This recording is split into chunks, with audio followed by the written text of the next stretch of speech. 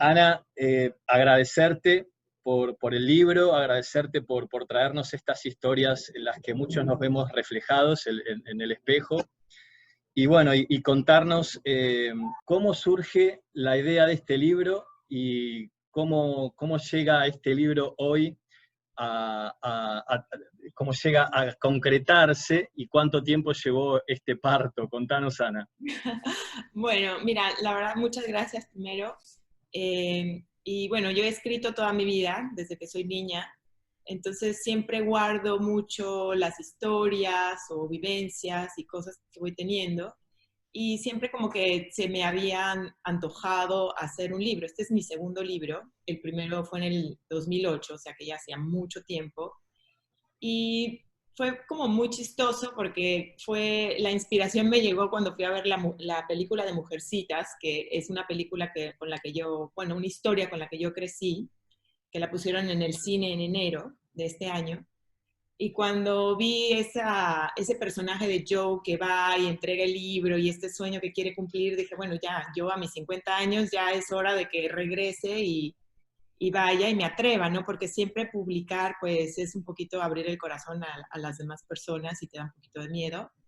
Pero bueno, me decidí a hacerlo, decidí recopilar distintas historias que tenía y me lancé a hacerlo en enero, no a escribirlo, en realidad, o sea, solo completé 3 o 4 historias en enero para mandar ya el manuscrito al editorial.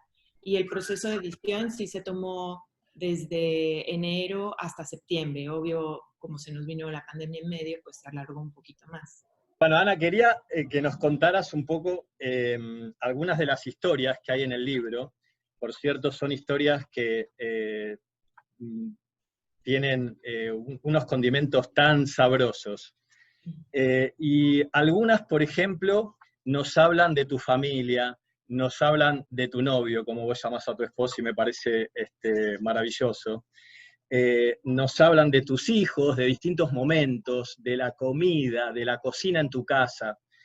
Y me gustó mucho, bueno, por supuesto, muchas de las historias las hemos tenido el honor de publicarlas en el portal. Y me gustó mucho siempre cómo tú traes la cocina a tus historias.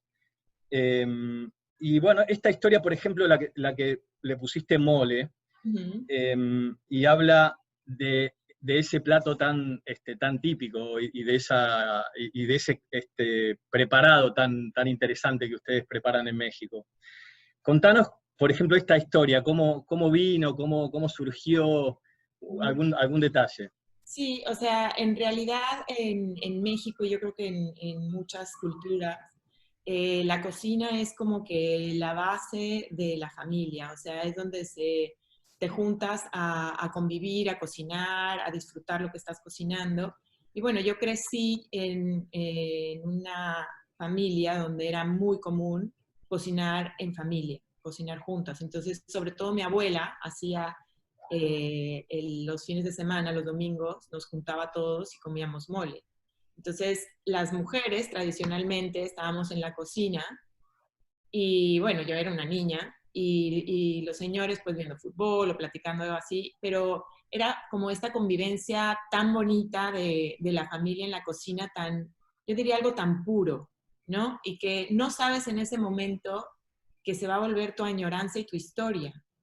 Entonces, a mí siempre me ha gustado cocinar y un día intenté hacer el mole en mi casa, que no es fácil porque requiere muchísimos ingredientes.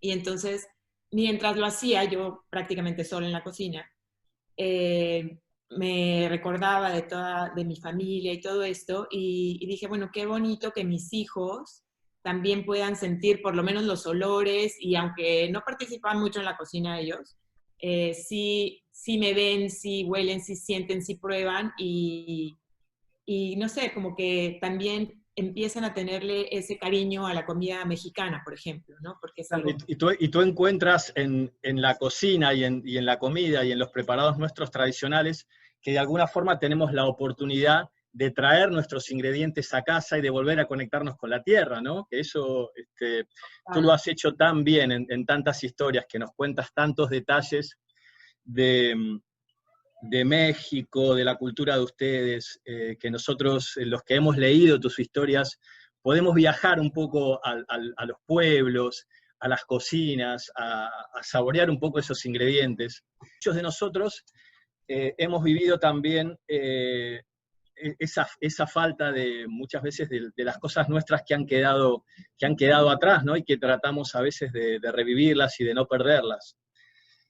Y también momentos por los que atravesamos como familia. Y uno de esos momentos, recuerdo, ha sido cuando tu hija se fue a la universidad, que tú Sí. lo contaste tan lindo. Contanos eso, ¿cómo fue? En realidad, y no tengo familia aquí, tengo muy buenas amigas que son como mis hermanas, pero no tengo familia. Entonces mi núcleo familiar es sumamente unido y estamos así como muy juntos.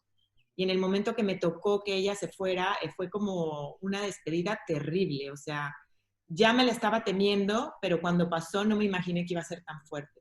O sea, es un proceso que hay que llevar y sí era algo que yo quería como plasmar en esa, en la mayoría de mis historias está el corazón. Yo creo que por eso es la gente se conecta conmigo. O sea, no es que yo trate de contar algo extraordinario, sino que trato de contar lo que te mueve, o sea, lo que me mueve a mí, que resulta ser que al lector también le mueve, porque aunque seamos de distintas culturas o diferentes, pues al final todos somos humanos y amamos. Entonces amamos a los hijos, amamos, como tú dices, a las tradiciones, a los países, y entonces yo creo que por eso esa carta en especial que le escribí a ella, que al principio no sabía si la quería publicar porque era como bien personal, pero después que vi que hay mucha gente que estaba pasando por esto y sí tuve como muchísima gente que se conmovió, que me llamó, que se sentía igual, que quería escribirle una carta a sus hijos, o sea, como que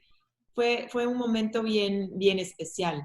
Y como te digo, o sea, obviamente después te das cuenta que más que un dolor, no sé, son dolores ricos, o sea, suena Sí, sí, raro sí. decirlo, pero dices, bueno, se está yendo a estudiar una carrera, se está yendo a seguir sus sueños, está creciendo, o sea, está haciendo lo que yo quisiera, pero pues nunca te imaginas que va a ser tan rápido. Otros momentos que hemos compartido como comunidad, porque bueno, tú estás en Key Biscayne y hay tantas cosas en común que hemos compartido en los últimos años. Recuerdo cuando tú contaste el relato del huracán Irma también, Ujú. eh, que lo pusiste como los huracanes son como los partos, ¿no? ¿Qué recuerdas de esos días? Bueno, esa fue una angustia también real porque mi mamá vive en Puerto Vallarta y la verdad que ahí, aunque suele haber mal tiempo, nunca se esperan huracanes de esa magnitud.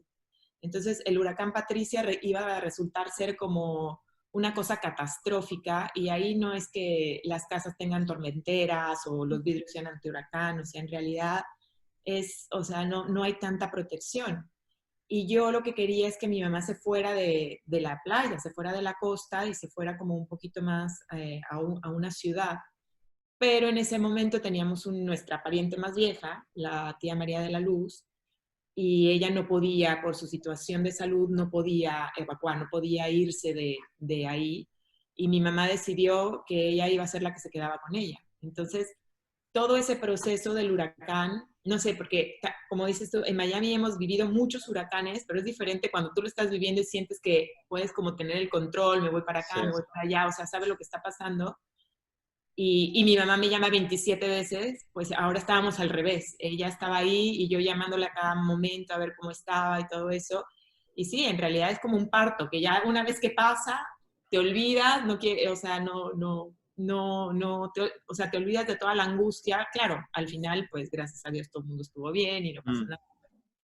Sí. Y me acuerdo mucho un relato tuyo también de un sábado por la mañana, que son esas cosas que tú cuentas y arrancas con un detalle que parece muy ínfimo y se va agrandando, agrandando, agrandando como una pequeña bolita de fuego cuando cae sobre un papel. Y, y entonces, y era cuando tú ibas a una manicura, una mañana, y nos empiezas a contar todo lo que pasa en el salón y que viene una señora con unas galletas. Y entonces, y recuerdo ese relato del el valor que damos a las pequeñas cosas. ¿Cómo son esas mañanas tuyas que son tan que parecen que hay nada y terminan con tantas cosas que después nos cuentas en un relato? Bueno, yo creo que en esa específica es que, bueno, siento que estamos bien distraídos con los teléfonos celulares y a veces no ves lo que está pasando a tu alrededor. Puedes pasar, o sea, el día entero viendo el GPS del coche, viendo el teléfono, viendo la computadora, la televisión y como que no ves lo que está pasando. Pero ese día me di cuenta que cuando te están haciendo las uñas, pues no puedes hacer otra cosa más que observar, o sea, no puedes hablar por teléfono, no puedes agarrar el celular ni nada. Y ahí empecé a observar todas estas cosas que pasan, que damos como por sentado, por alto o por insignificantes, y que en realidad después te llevan a observar que la vida está hecha de pequeños detalles que luego se vuelven cosas extraordinarias. Entonces me acuerdo que había leído también la historia esta de esa vasija que resultó que se había encontrado en un garage sale y terminó siendo una, una pieza valiosísima y cómo es lo mismo, ¿no? Puede pasarte enfrente de ti algo que tiene muchísimo valor, pero si no te esperas, no paras a verle la historia, pues te la pierdes. Entonces, como que traté de conectar todas estas cosas para ver el valor, ¿no? O sea, puedes decir, es una simple vasija, no es nada, y al final resulta que es una obra de la dinastía y está en un museo y se vende por millones de dólares. Entonces, es ¿Y como... cómo ha sido, Ana, esta experiencia tan extraña que nos toca pasar a todos, pero en tu caso, de tener que presentar un libro, sacar un libro, que uno imagina durante mucho tiempo y que justo coincide en esta etapa donde estamos todos un poco limitados, encerrados, y tú nos traes esta maravilla para que disfrutemos, que podemos pedirlo por Amazon y tenerlo en casa. ¿Cómo ha sido para vos esta experiencia de tener que presentar el libro en estos tiempos tan extraños que nos toca vivir? Mira, todo tiene su parte positiva y negativa. O sea, por supuesto que la vez pasada que presenté el libro fue muy lindo estar con toda la gente y tener como una conversación con ellos, platicar, o sea, era muy lindo. Pero también ahora siento que, aunque no es tan personal porque hay una pantalla por en medio, es más fácil llegar a más personas en el momento que les es oportuno. Porque, por ejemplo, cuando yo presenté el libro aquí en Key Biscayne, o lo presenté también en México y en Books and Books, en distintos lugares, pues sí venía mucha gente, pero no podía ir toda la gente que hubiese querido ir. Y ahora pues es más fácil, ¿no? Haciendo este tipo de entrevistas, de grabaciones, que la gente lo vea cuando le conviene y bueno, que pueda hasta cierto punto escucharme hablar del libro y bueno, si le interesa, pues contactarme y tener una conversación, porque en realidad yo siento que los que escribimos lo que queremos es que nos lean. Básicamente es... Seguro. Y bueno, Ana, un placer siempre estar en contacto, que tú compartas con nosotros tus historias, que escribas para el Key Biscayne Portal, para el Islander News. Creo que es un privilegio que tenemos tenerte en la comunidad también. Así Muchísimas que, bueno, desde ya muchas gracias por este ratito, por esta conversación, y de nuevo, a todos los que tengan la oportunidad, busquen el libro, a disfrutarlo y a leerlo. Muchas gracias.